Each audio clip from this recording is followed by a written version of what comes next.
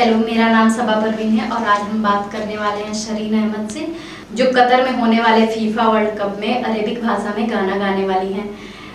बहुत बहुत मुबारक हो आपको और आपका स्वागत है। शरीन, आप हमें ये बताइए कि आपके लिए ये सफ़र कैसा रहा, कितना मुश्किल रहा और आपने यहाँ तक पहुँचने के लिए कितनी मेहनत करी है? जी, तो सबसे पहले मैं ये कहना चाहूँगी कि thank you for having me.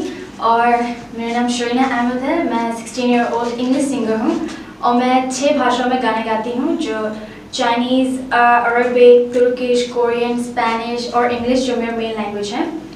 मेरे को ये बहुत ही अच्छा लग रहा है कि मेरे को इतना अच्छा अपॉर्चुनिटी मिला है कि मैं कतर के जो एक बहुत ही फेमस स्पोर्ट प्रोग्राम होने वाला है फीफा वर्ल्ड कप पे, जिसमें मैं एक सॉन्ग बनाने वाली हूँ। ये सॉन्ग एक तरह से कतर को रिलेट करेगा, पूरा उसे मीन्स आइडेंटिफाई करेगा ये सॉन्ग, जिसे मैं कतर पे बनाई हूँ फीफा वर्ल्ड कप पे। और मैं यही चाहूँगी हर व्यूअर से, हर लोग से कि वो मेरे सॉन्ग को सपोर्ट करें और जब ये सॉन्ग रिलीज़ हो तो इसे ज़्यादा से ज़्यादा एक तरह से शेयर कीजिए ताकि ये सॉन्ग हर तरफ पूरी दुनिया में सुना जाए।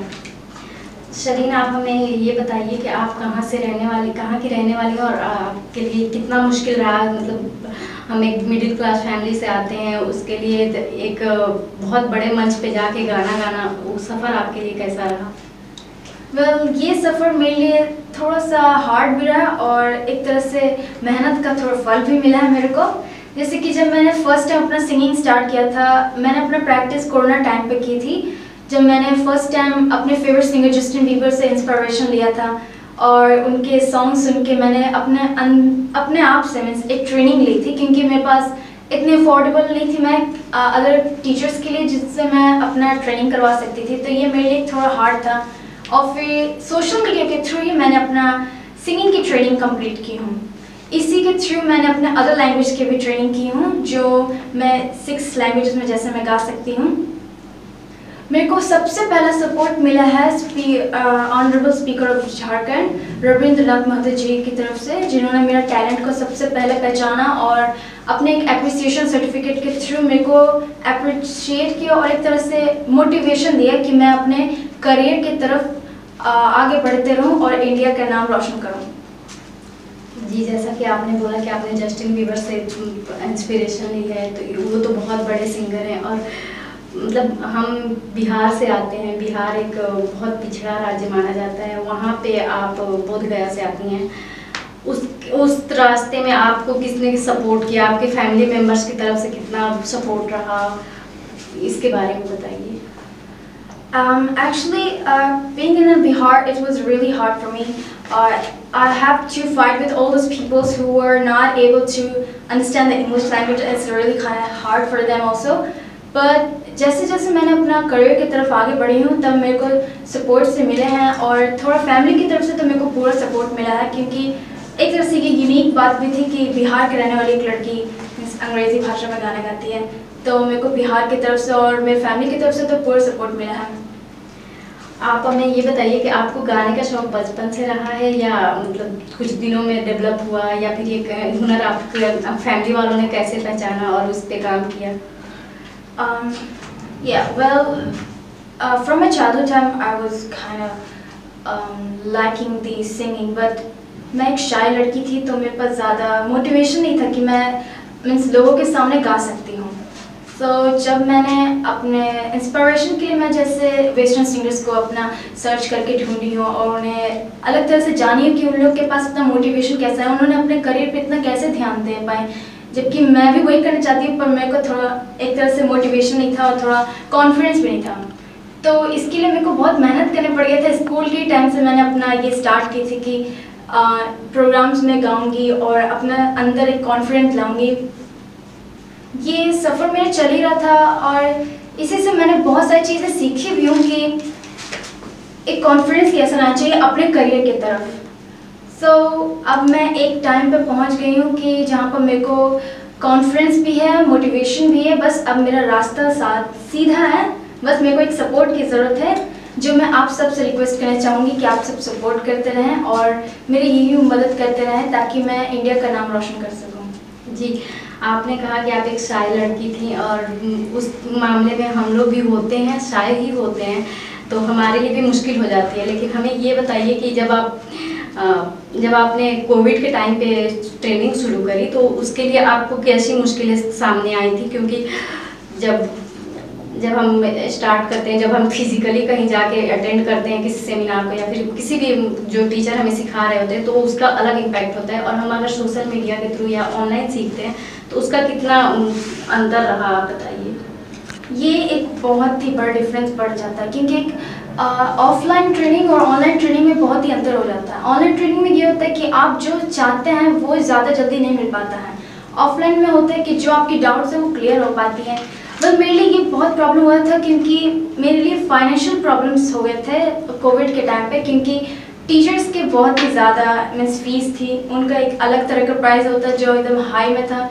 तो ये मेरे लिए प्रॉब्लम हो गया था। एक तरह से मेरे लिए सामने एक चुनौती भी आ गई थी कि एक चीज़ को लर्न करना है, जिसके लिए फाइनेंशियली तरीके से मेरे को मीन्स उसे समझना है।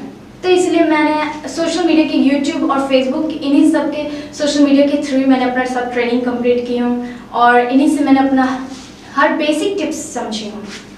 सोशल मीडिया के टाइम मेरे को एक अमेरिकन टीचर मिली थी जिन्होंने मेरे को 2 मंथ्स की ट्रेनिंग दी थी। वो एक बेसिक थिंग्स उन्होंने मेरे को बताया था कि क्या चीज़ मेरे को ज़रूरत हो सकती है याद करने के लिए, पढ़ने के लिए, क्या चीज़ मेरे को लय ये सब कुछ सीखने के लिए।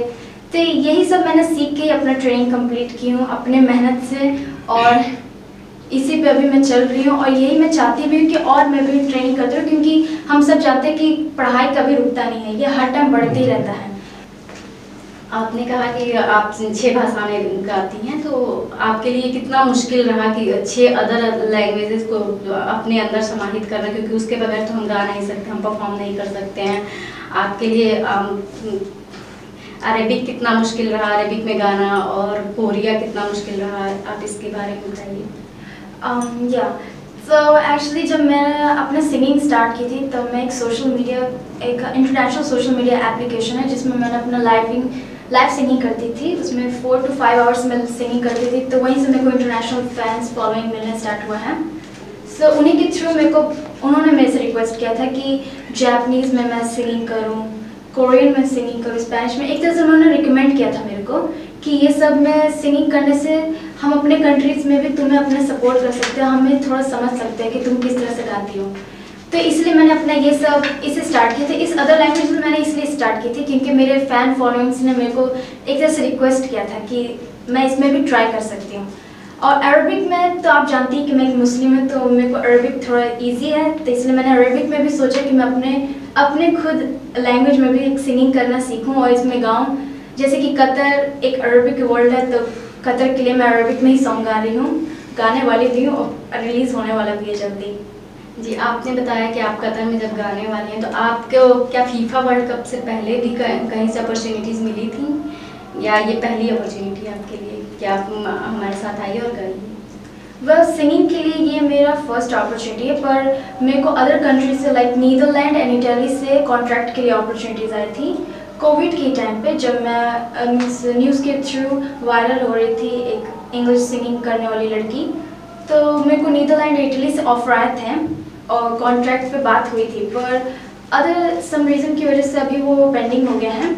पर अब ये जो आया है मेरी अपॉर्चुनिटी, मैं इसमें ये बहुत खुश हूँ कि मेरे को इतना बड़ा अपॉर्चुनिटी मिला और अपने इंडिया को रिप्रेजेंट करने का मौका मिला है। अभी तक आपको सरकार की तरफ से कितनी सहायता मिली है? क्या कोई सहायता मिली है या नहीं मिली है? कोई किसी ने बात करी है आपसे या अभी तक कोई किसी ने नहीं करी है? एक्चुअली मेरे को सरकार की तरफ से मीन्स एक तरह से सर्टिफिकेट के थ्रू मेरे को मिला है बहुत सारा कि वो मेरे टैलेंट को अप्रिशिएट किए हैं। पर मैं सरकार की तरफ से अभी रिक्वेस्ट करना चाहूँगी कि वो मेरे को अपने एम्बेसी प्रोग्राम में इंक्लूड करें, ताकि मैं अपने इंटरनेशनल लैंग्वेजेस में अदर कंट्रीज़ में परफॉर्म करके अपने इंडिया को रिप्रेजेंट करूँ।